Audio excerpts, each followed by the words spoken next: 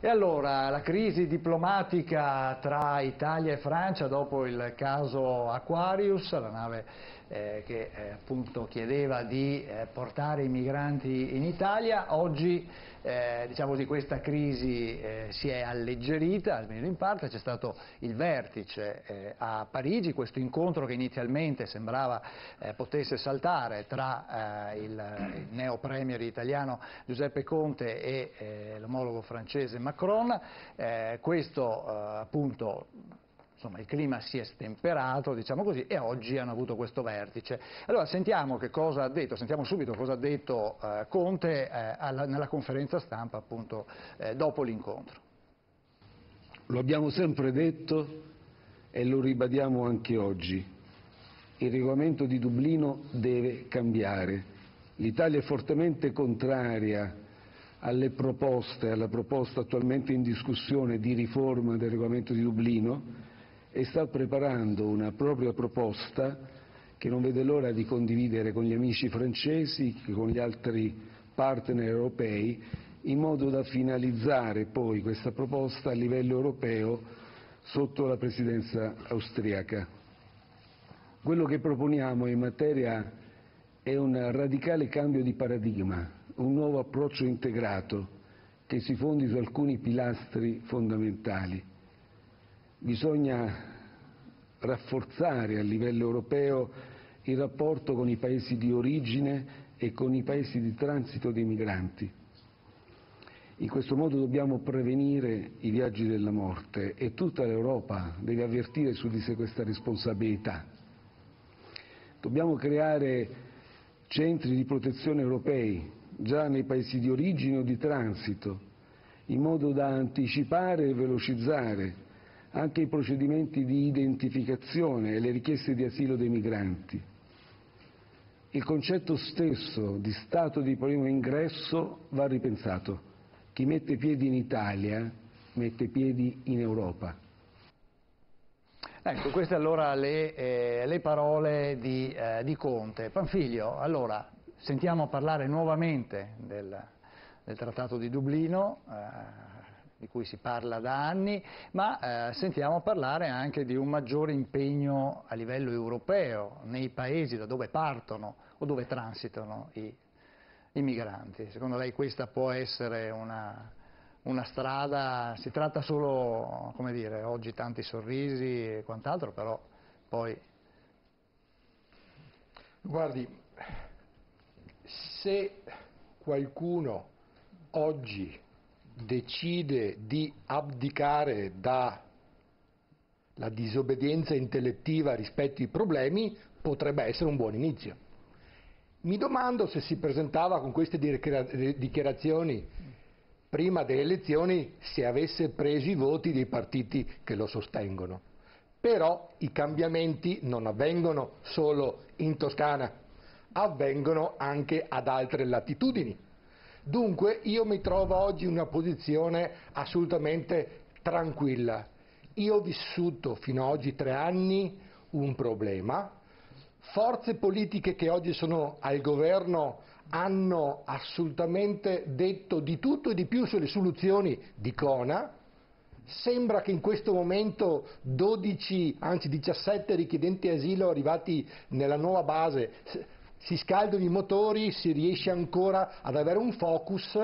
Io sto aspettando di verificare come una spartiacque se la politica è fatta di ciarlatani che promettono e non mantengono o se è fatta di persone serie che promettono e mantengono. Ecco, giusto per ricordare anche i telespettatori da casa magari non ricordano quello che è stata Cona per tanti anni, ma che ancora adesso, insomma, ricordiamo che avete ancora parecchi migranti nella base di Conetta. Il fatto che a Cona sia stata aperta una tendopoli per ospitare migliaia di migranti perché il partito di governo non era capace di avere un obiettivo, una strategia, un progetto e supportarlo politicamente e adoperare tutte quelle azioni complesse per poter risolvere o gestire la problematica e dunque assolutamente non si discute di accoglienza in mare quando si discute di come affrontare la problematica. Una cosa è un concetto di civiltà e una cosa è essere adeguati, preparati a affrontare un tema. Acona è stata un caso in cui le forze di governo e anche le forze di opposizione, che Acona non si sono mai viste, di affrontare un problema, e cioè abbiamo delle persone, le buttiamo sotto il tappeto e le lasciamo lì. Questo è venuto a Acona. Certo, Ruggine voleva intervenire. Sono d'accordo su un punto di quello che ha detto il sindaco, nel senso che Cona e Bagnoli, che sono i due grandi hub della provincia di Padova, della provincia di Padova e della provincia di Venezia, che sono stati costituiti perché gli enti locali sono totalmente mancati. Penso all'Emilia Romagna, penso alla Toscana, penso al Piemonte, dove non esistono luoghi del genere, perché le regioni si sono fatte carico, hanno fatto dei tavoli insieme ai sindaci, e con i sindaci si è programmata un'accoglienza diffusa sul territorio con micro e media accoglienza. Le immagini che noi vediamo... Certo, potrebbe, se la regia le propone anche ai telespettatori a casa. Io conosco anche molto bene perché certo. Ho lavorato anche all'interno di questi luoghi. Vi dico che sono cose innanzitutto disumane, perché tenere le persone in questo stato, in questa situazione, quindi in questa regione dove la maggior parte dei sindaci, perché sappiamo che sono solo una piccola parte i sindaci che accolgono attraverso lo SPRAR, che è il sistema appunto di integrazione organizzato dai comuni, la maggior parte ha sempre detto no. È sostanzialmente una microaccoglienza, no? Quasi. Micro-media accoglienza, perché l'accoglienza si divide in due grandi settori, che è lo SPRAR, che è gestito direttamente dai comuni, e i CAS, che sono gestiti dalle prefetture, quindi diciamo dal Ministero dell'Interno. I CAS arrivano laddove il sindaco, nonostante può dire di no, se ci sono dei numeri di migranti da mettere, si può aprire una struttura all'interno del territorio. Quindi laddove è mancato l'ente locale, la prefettura è dovuta intervenire anche attraverso queste situazioni che spero non vedremo più in futuro. Certo, Alain Luciani. Cosa dire in merito a quello che diceva, insomma, il ruolo dell'immigrazione spetta al governo, non spetta ai sindaci. La gestione dell'immigrazione spetta al Ministero degli Interni, punto. Hanno tentato per mesi, se non per anni, di accusare, di responsabilizzare gli enti locali della gestione dell'immigrazione. Gestita così, poi abbiamo visto come l'hanno gestita. È troppo facile scaricare sugli altri. I governi che si sono succeduti uno dietro l'altro, Renzi eccetera, non hanno assolutamente fatto il loro dovere. Ma da qualche parte bisognava metterli comunque, bisognava metterli da qualche parte. Non è scaricando sul sindaco, e ne abbiamo uno qui, o sulla regione, non è competenza. Non è competenza, è contro la Costituzione, se visto che siete sempre a proteggere e dire la allora, la Costituzione stabilisce le competenze. Quando ti arrivano 1000 persone a Lampedusa, come le gestisci? Come si gestisce? Come ha appena iniziato la sta gestendo Matteo Salvini. No, stiamo parlando di quelli che sono qui. Come li avresti gestiti sul territorio? Non dovevano essere qui, perché lo sai meglio di me che non dovevate farli sbarcare, perché lo sapete meglio di me che il 90% di questi signori, un attimo, dopo replica, non è che crei il problema per poi trovare la soluzione. Il problema non dovevi crearlo. Ne arrivano 500 domani in Sicilia firmati da Salvini, ne sono arrivati 1000 ieri da Salvini. Il 90% di questi signori non avevano nessun diritto di soggiornare nel nostro paese. Questo è tutto opinabile. Sono dati ufficiali del Ministero. Tutto opinabile.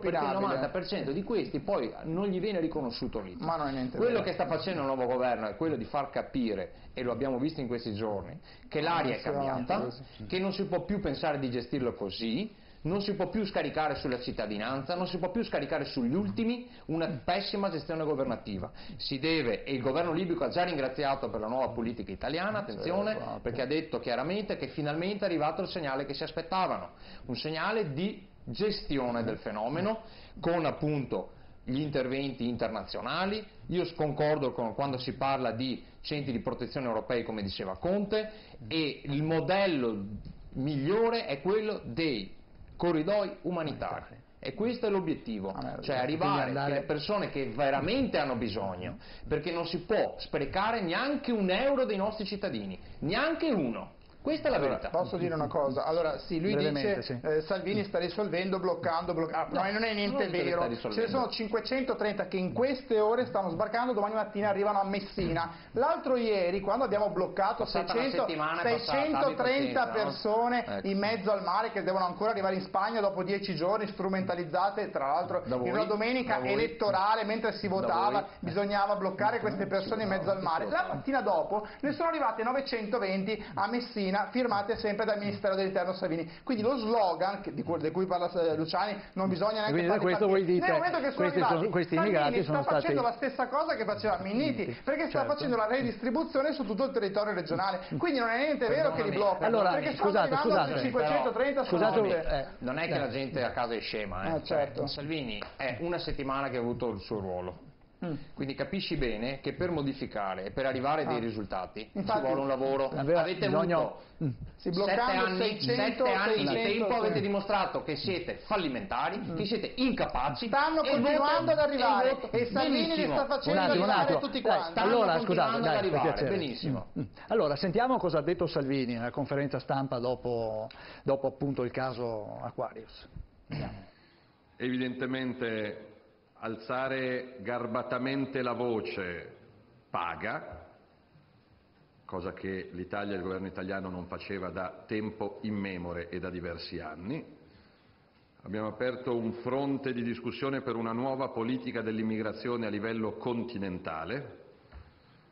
Sicuramente non si chiude oggi la partita. È un primo importante segnale del fatto che l'Italia non può continuare a sostenere da sola questo peso enorme.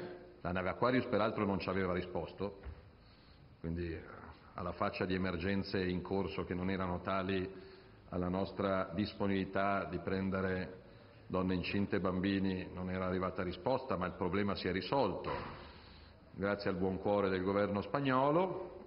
Evidentemente l'Unione Europea non può andare avanti a buon cuore e quindi contiamo da oggi su un nuovo giorno. Abbiamo segnato un punto a nostro favore, non è la fine di nulla, nel senso che mi risulta che un'altra nave delle ONG, questa volta una nave di una ONG tedesca battente bandiera olandese, si trovi a 28 miglia nautiche dalla Libia, in attesa del suo ricco carico di esseri umani.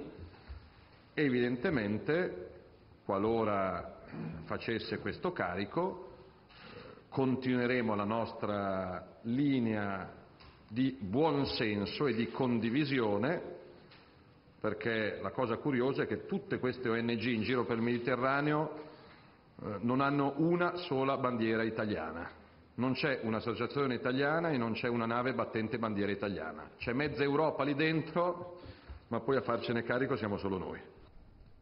Ecco, queste le parole di Salvini, ma è stato un segnale per, lui dice, avevo alzato la voce, la Spagna si è offerta. Allora, la Spagna deve solo fare un mea culpa. Io ho visto in una televisione nazionale spagnola che la gendarmeria spagnola sparava sui migranti che uscivano a nuoto dall'acqua perché erano stati buttati in acqua dagli scafisti e gli scafisti non si avvicinano alla costa, gli danno salvagente, se arrivano, sono pazienza. E questo si sa. Ed è normale in Spagna che abbiano chiuso le frontiere e che tengano i migranti dalla parte africana, perché una parte del Nord Africa appartiene alla Spagna, e lì hanno fatto una barriera. Quindi adesso questa accoglienza è cosa pregevole, ma non credo che debba insegnarci nulla. Sta di fatto che noi abbiamo aperto una porta a suo tempo. E naturalmente da questa porta sono entrati tutti quelli che potevano, perché le necessità sono tante, ma ricordiamo gli italiani quando andavano in America, era la stessa cosa, speravano di trovare una vita migliore. Ma lì c'era un sistema più o meno lecito di accoglienza e vengono accolti.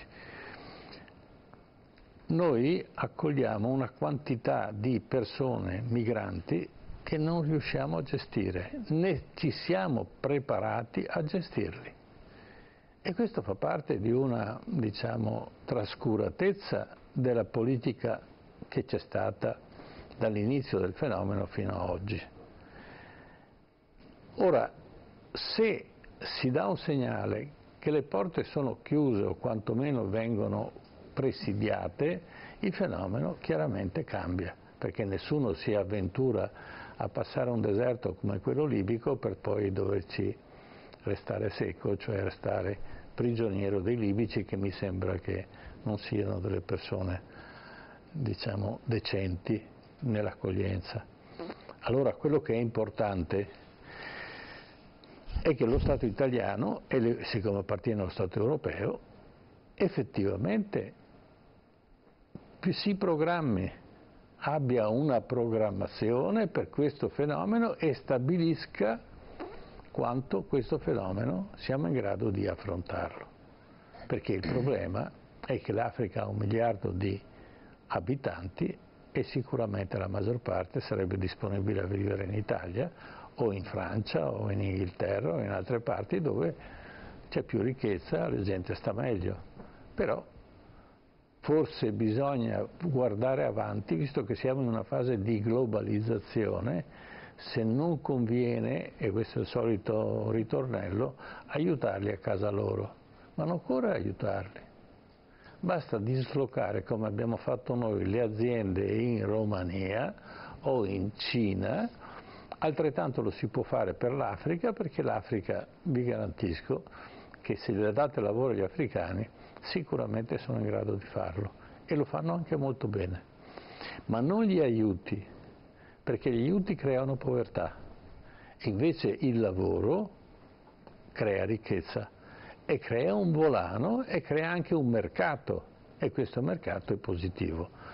Allora evitiamo questa carneficina, perché abbiamo dei dati che sono paurosi di bambini che vengono mandati da soli a fare questo mostruoso viaggio e non si sa dove sono andati a finire.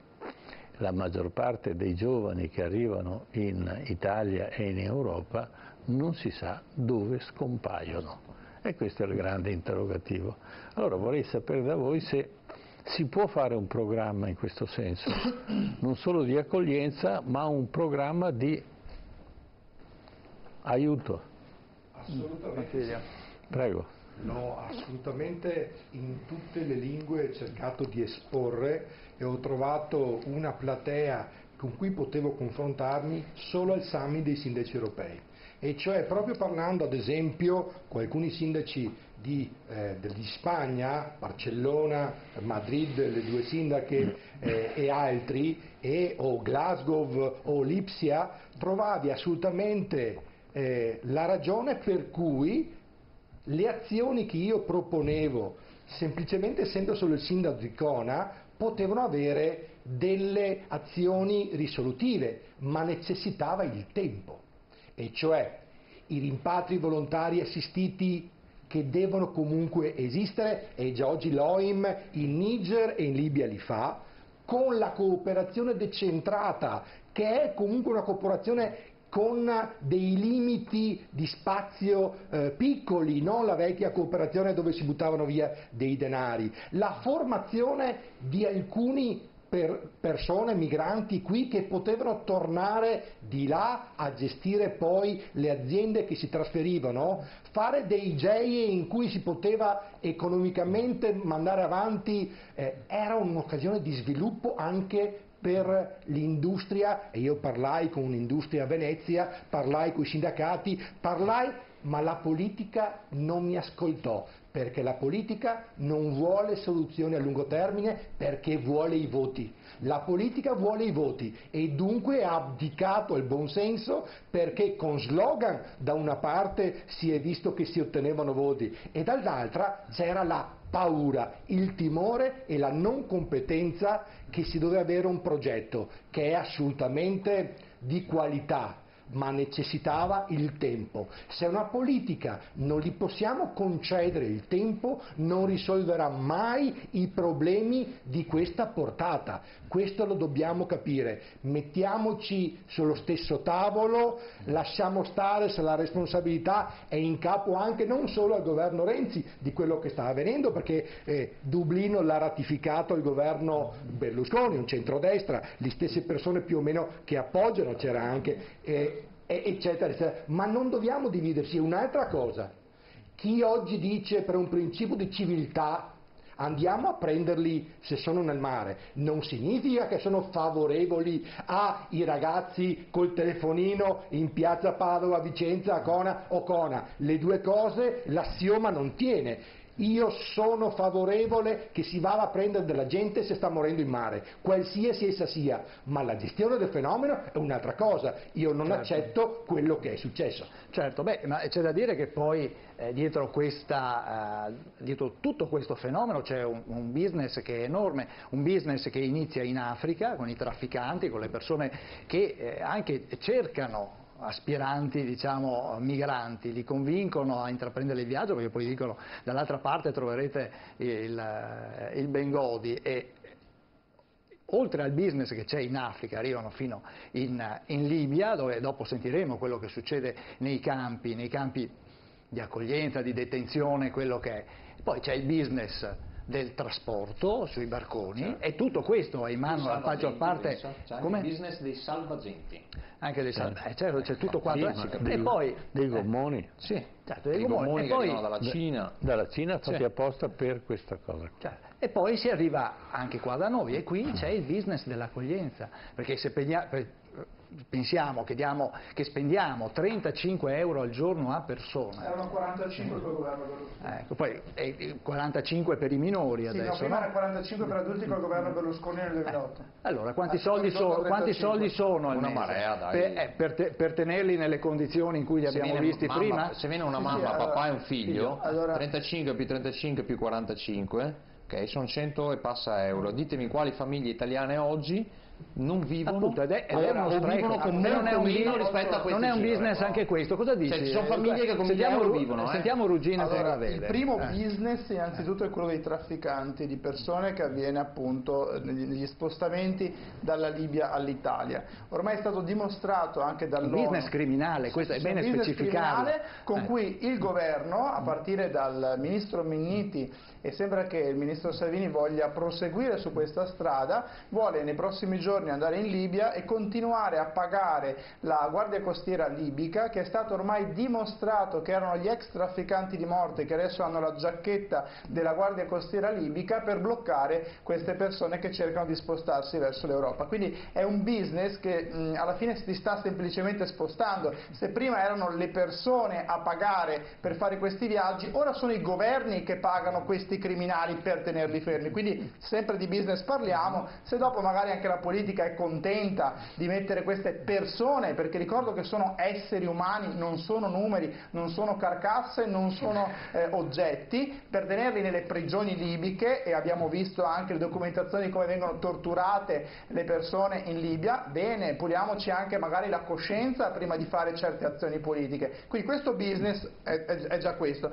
Poi se vogliamo parlare del business che avviene all'interno diciamo dell'accoglienza, fino a un certo punto, perché comunque 35 euro al giorno alla persona innanzitutto non vengono dati, perché vengono dati alla cooperativa che ci lancia una marea di soldi sopra, questa è la verità. Vengono dati alle cooperative e alle associazioni che cercano di investire su queste persone, perché se io queste persone appena sbarcano le metto in mezzo alla strada, le metto sotto un ponte, tu sei responsabile di quello che può accadere, perché non hai integrato, non hai insegnato insegnato una lingua, non hai dato una prospettiva di lavoro. Queste persone stanno in media 6 mesi, un anno, bene? In questi 6 mesi, un anno, io che ci lavoro lo so, si cerca di insegnare l'italiano, si cerca di inserire nel mondo del lavoro, si cerca di... privatistico, costa molto meno nel mercato privatistico a prendere un appartamento in affitto, farsi un corso di italiano, cioè costa molto meno che non quello che fanno le cooperative. Perché non lo fate? Ma non vedo perché non lo fate. Se ci dai il tempo lo faremo. Ma quello, capito? questo è un modello che c'è in Germania, che poi dipende. È un panorama però molto diversificato. Io conosco assolutamente cooperative che agiscono con programmi di questo tipo, che tendono all'inclusione e insegnano un lavoro, l'italiano, però questo in percentuale, se guardiamo la provincia di Venezia, siamo a livelli del 10%. Il 90% è in situazioni, ad esempio Cona, dove che se tu prendi le persone che sono state là un anno e mezzo non riescono a spiaccicare una sola parola di italiano, e io ho visto dei progetti presentati che sono progetti assolutamente fatti solo per portare a casa del denaro. Certo, perché sono 5 miliardi all'anno. Ma certo, perché i sindaci non li vogliamo, hanno preferito buttarne 1500 a Cona come le bestie. L'esame tra l'accoglienza di qualità e quella che non ha qualità in questo momento. Stiamo facendo un esame di questo tipo, c'è un'accoglienza vergognosa perché non viene insegnato assolutamente nulla, viene dato un piatto di minestra, scusami, e invece un'accoglienza che riesce anche a integrare fisiologicamente. Però vede sindaco, se i numeri sono normali, voglio dire normati, si può fare tutto quello che si può e con le cifre giuste di mercato, ma se i numeri sono sproporzionati diventa solo un favoreggiamento a questi criminali. Ma Cona esiste perché tanti sindaci hanno detto di no. Cona esiste perché tanti sindaci hanno detto non li vogliamo. Se no Cona non esisterebbe. Ci sarebbe la microaccoglienza da 7-8 per appartamento e faresti dei progetti mirati alla persona. Con 1500 persone messi là come le bestie non puoi pensare di fare integrazione. Sono sbarcate quasi 600.000 persone negli ultimi 5 anni. Ma perché in Emilia Romagna e in Toscana non ci sono basi con 500 persone? 60.000 che sono i 10.000 che ne hanno bisogno, i 60.000 gli italiani che sono un grande popolo accogliente, li avremmo accolti tutti a braccia aperte, perché questa è la verità, perché lo vediamo tutti i giorni, la nostra gente che scambia una parola, che dà un gesto d'affetto e che sta vicina alla gente. Perché la gente la vedi sul serio, noi siamo dei grandi, siamo un grande popolo, ma non si può pensare di prendere in giro la gente, anzi renderci collusi con un sistema, favorendo la schiavitù di queste persone. Quando prima parli delle prigioni libiche, se questi signori sanno che rischiano partendo, lo diceva prima bene il professore, non partono nemmeno per l'avventura se sanno che rischiano di marcire. Cosa avranno incontro? Un attimo. Perché nella comunità dove lavorano neanche sanno la situazione che c'è in Libia. Un attimo, abbiamo un telespettatore che vuole intervenire. Abbiamo il signor Gaetano. Buonasera signor Gaetano, lei chiama da dove? Chiamo da Saunara, Padova. Prego. Buonasera. Buonasera a lei. Appunto, siccome che qui si vedono barconi che arrivano nel finto buonismo di quelli della sinistra, portiamo e ci hanno impestato di gente così, no? Io dico, si prendono come si dice, gli immigranti dalla nave, si prendono e si brucia la nave, non è niente da fare. Beh, insomma, mi sembra... Le navi lì continuano sempre ad andare a prendere e tornano, prendere e tornano. Si brucia la nave con la nota signori. Insomma, signor Gaetano, mi sembra che non sia assolutamente un intervento, come dire, no? Che soluzione è? Dai. Siamo seri, invece aver gestito così fenomeni poi succedono queste cose qua. Questi sono i si commettono nell'odio. Quando ci sono degli incapaci del governo, poi è normale, no? Perché si scarica sulla gente comune poi. Allora, il problema è questo. Allora, c'è il fenomeno come viene affrontato in Italia. C'è la cosiddetta accoglienza. Andiamo a prenderli a 10 miglia dalla costa libica, perché i libici sono cattivi. Ma chiaramente chi è partito sa o viene garantito che verrà accolto. e questo è un incentivo alla migrazione. E diventa una migrazione che non è possibile gestire vista la quantità di persone che stanno arrivando. Né abbiamo la preparazione per poterlo fare, cioè non ci siamo organizzati. Allora facciamo l'accoglienza, che dura mediamente 2 anni perché devo fare la domanda per poter essere accolto. Ricorso. Nella peggiore delle ipotesi viene rifiutata, quindi faccio un ricorso e qui nasce tutto un meccanismo abbastanza farraginoso, perché l'accoglienza la si può stabilire nell'arco di 1 mese, perché in 1 mese so esattamente cosa tu dici e che posso verificare se è possibile, dopodiché 1 anno di indagini non sono sufficienti, cioè non servono a niente sostanzialmente, ma comunque rimangono all'interno di una struttura perché vengono accolti almeno 2 anni. Dopodiché cosa succede di questa accoglienza? Non vengono preparati, non lo so perché, e li abbiamo per esempio nel meridione a raccogliere pomodori a 10 euro al giorno, forse 20 se vanno bene. Dormono sotto una tenda e gli sparano addosso se vanno a rubacchiare a destra e a sinistra per potersi proteggere con un pezzo di ferro. Allora, c'è lo Stato o c'è soltanto per i primi 2 anni, dopodiché ognuno per sé, Dio per tutti? E Mafia Capitale dicevano l'accoglienza frutta più della droga e rischi molto meno. E queste persone quando escono non solo vanno sui campi, ma vengono ingaggiate dalle varie entità mafiose, perché hanno bisogno anche loro di gente, e attraverso queste persone riescono a spacciare meglio e senza essere controllati più di tanto. Ma questo fenomeno è enorme. I bambini che arrivano senza papà e senza mamma, che fine fanno? Il 50% non si sa dove andrà a finire, né dove è andato a finire. Drammatico. Allora, il problema non so di chi è la colpa, ma se c'è uno Stato, e lo Stato siamo noi, e che dobbiamo gestire questo fenomeno, bisogna mettersi lì e organizzarlo come si organizza un'azienda. L'azienda ha la lavorazione, c'ha lo stoccaggio, c'ha la vendita, quindi anche in questo caso bisogna preparare queste persone se vogliamo farlo. E poi dobbiamo confrontarci con l'Europa e l'Europa deve rispondere a queste cose. Però l'Europa negli anni precedenti diceva: voi fate quello che volete, quindi è inutile che poi ce li scaricate a noi.